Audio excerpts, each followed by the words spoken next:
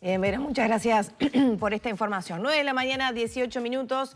Nos metemos en otros temas de actualidad. El Sindicato Anestésico Quirúrgico denunció que el número actualizado de operaciones postergadas en las mutualistas no se conoce, hay manipulación de los datos. Para hablar de todo esto vamos a recibir al presidente de la SAC, al doctor Daniel Montano. Bienvenido, ¿cómo anda? Un gusto, muchas gracias por invitarme. Bueno, ¿qué está pasando con las intervenciones quirúrgicas que venían postergadas? Durante la pandemia hablamos mucho del tema, de cuáles no se podían hacer, si se habían podido poner al día o no. ¿Qué está pasando? ¿Cuál es la situación? Bueno, tuvimos un periodo de 2 años, un poco más todavía, en el cual rigió la emergencia sanitaria, en el cual hubo restricciones muy importantes a las cirugías que nosotros oportunamente mencionamos y denunciamos, que en algunos casos eran entendibles, pero por muchos meses no se justificaban. Y eso fue generando una postergación de las cirugías no oncológicas ni urgentes. En Uruguay las cifras siempre son escasas y siempre son dudosas, pero según datos del Banco Mundial, se operan más o menos 5.800 enfermos por año cada 100.000 habitantes, lo que nos da en el entorno de los 15.000, número más, número menos. Y la mitad de esos pacientes son no urgentes ni oncológicos. O sea que diríamos que estábamos operando entre un 40 y un 50%, según las mutualistas, según los prestadores, de lo que había que operar. Bueno, nosotros en su momento lo denunciamos. También hubo momentos en que no se podía hacer otra cosa porque la situación sanitaria era muy grave. Y en todo momento se dijo que había que planificar a la salida de la emergencia sanitaria alguna forma de recuperar todo esto, ¿no? ¿No se planificó?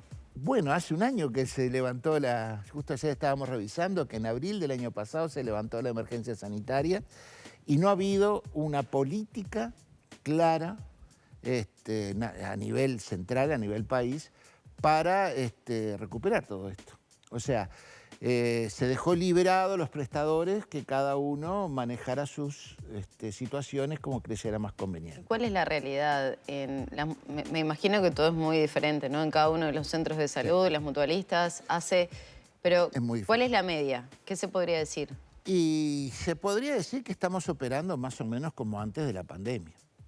Por lo tanto, esa masa de pacientes postergados está ahí. O sea, ¿de cuántos habla? ¿Qué número maneja el SAC aproximado? Bueno, nosotros en su momento dijimos que eran unas 50.000 operaciones, haciendo el cálculo de acuerdo a los datos estadísticos. El problema es que las cifras oficiales no existen. Lo que existen son las cifras que la JUNASA recibe de los prestadores, que además son cifras que son de manejo reducido, o sea, son relativamente confidenciales. Incluso hubo ahora un pedido de información, de acceso a la información, en la cual se pedía las demoras en las consultas y las demoras quirúrgicas, y se brindó las demoras en las consultas, pero no las listas de esperas. Y además las listas de espera, las mutualistas, los prestadores, hablemos de todo, porque mutualista es un término, prestador es el adecuado, comunican a la JUNASA sus cifras con sus criterios. O sea, ¿qué se considera o qué debería considerarse para que una persona esté en lista de espera? Cuando el paciente esté diagnosticado por un decreto ya del gobierno, del último gobierno del doctor Vázquez, había una disposición que el paciente debía ser operado entre los 6 meses luego de diagnosticado y estar pronto para la cirugía, y era un mes si el paciente era oncológico. Eso está reglamentado. ¿Y eso se respeta? No me consta, no me consta. Para los oncológicos seguramente sí, pero para los no oncológicos no me consta. Porque, digo, uno lo conversa diariamente en la mesa de las sociedades anestésico-quirúrgicas, la mesa ejecutiva del sindicato, que todos nos trasladan que en diferentes prestadores no se está haciendo mucha cosa. Hay prestadores que sí, hay prestadores que sí. Hay prestadores que han tenido problemas, además, logística o de funcionamiento que podrían llegar a justificar. Me quedé pensando, Montano, en lo que hace al número. Usted decía 5.800 cada 100.000 habitantes aproximadamente, pero al año... Por año. Y son 15.000 por mes. Por mes, porque yo le entendí por año. Entonces no me daba los números para las 50.000 que venían atrasadas. Son unos 15.000 por mes más o menos, 9.000 en números gruesos, ¿no? 9.000 en la esfera de los prestadores privados, 6.000 en ACE. Y hay determinados histórico, ¿no? rubros que ustedes entiendan vienen más atrasados aún. Pasó en la pandemia que había especialidades que tenían mucho tiempo de espera. Sí. ¿Qué está pasando con las operaciones? ¿Ustedes entienden que hay, no sé, determinado tipo de operación que esté más retrasada por los especialistas, por las veces que se hace por semana? No, se mantiene más o menos los mismos datos históricos. O sea, hay cirugías, como sea, por ejemplo, la oftalmología, que fue muy postergada. Y por dar un caso, la oftalmología la cronicidad de la patología lleva a veces a la pérdida de la vista del paciente en forma después no reversible, ¿no? También perdimos toda una etapa de diagnóstico endoscópico porque se dejaron de hacer los estudios endoscópicos, tanto los digestivos como los ginecológicos, y eso no hemos visto tampoco que haya un esfuerzo por recuperar el tiempo. Y en la repercusión que tienen los pacientes, que creo que eso es lo que más le debe preocupar a... Claro, los pacientes llegan con patología más compleja, patología avanzada. ¿Eso les consta? ¿Ustedes tienen...? Sí, claro, lo veo yo en mi práctica diaria. Y eso que yo tengo la suerte de estar en lugares donde se está haciendo un esfuerzo para que estas cosas no pasen. ¿Lo tienen medido? ¿Qué porcentaje llega? Bueno, el problema justamente es que lo más difícil de medir es lo que nunca se cuantificó. O sea, si usted detuvo el proceso asistencial diagnóstico, por lo tanto no se llegó al diagnóstico de cuál es la patología del paciente X, nunca se llegó a la coordinación. Entonces el paciente no figura en listas. Pero es que no es que no figura en listas porque no existe. Si históricamente tuvimos ese número, no hay ningún motivo por el cual vaya a cambiar. Las enfermedades no desaparecen, es más, se agravan.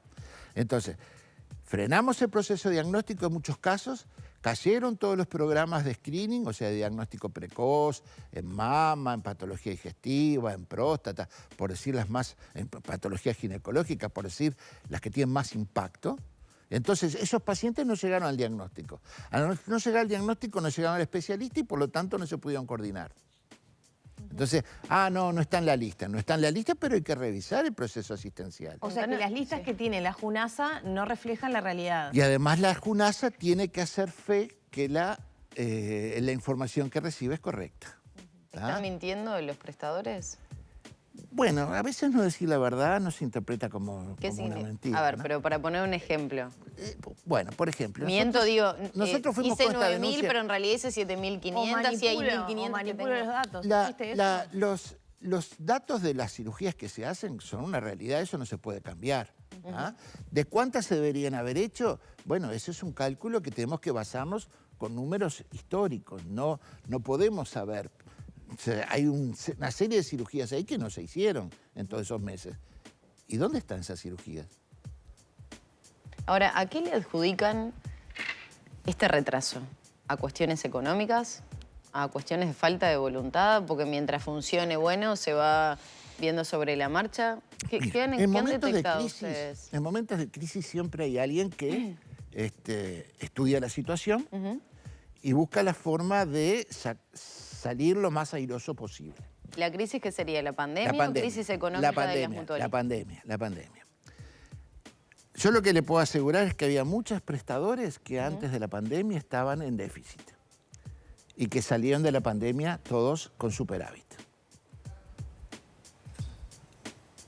O sea, la cirugía es muy cara. El procedimiento quirúrgico, todo, diagnóstico, terapéutico y seguimiento es una gran inversión en salud. Si no se hace, ese dinero no se gasta. Además, el Estado se hizo cargo de muchísimos de los costos de la pandemia en cuanto a diagnósticos, en cuanto a equipamiento, etcétera, etcétera.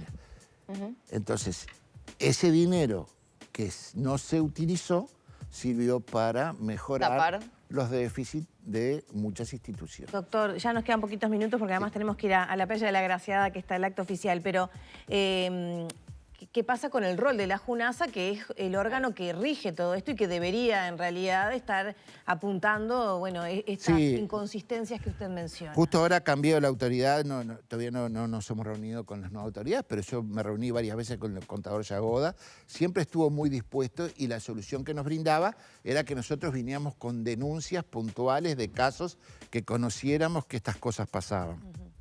Y eso es muy difícil. Eso es muy difícil. El médico no va a ir a denunciar, tengo un paciente que hace 1 año y medio que está esperando una cirugía y no lo coordinan.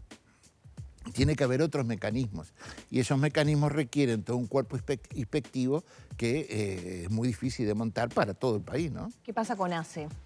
Bueno, ACE en su momento habilitó una línea para resolver muchos problemas quirúrgicos en el INOT y se resolvieron muchos enfermos. Pero es muy disímil Montevideo, el interior, y creo que no sea de las peores situaciones en cuanto a las listas de espera. En cuanto al proceso diagnóstico, que es lo que hablábamos antes, que los pacientes no llegan a diagnosticarse, es otro tema, ¿no? Bien, doctor, muchas gracias por estos minutos. No, por favor, a las órdenes.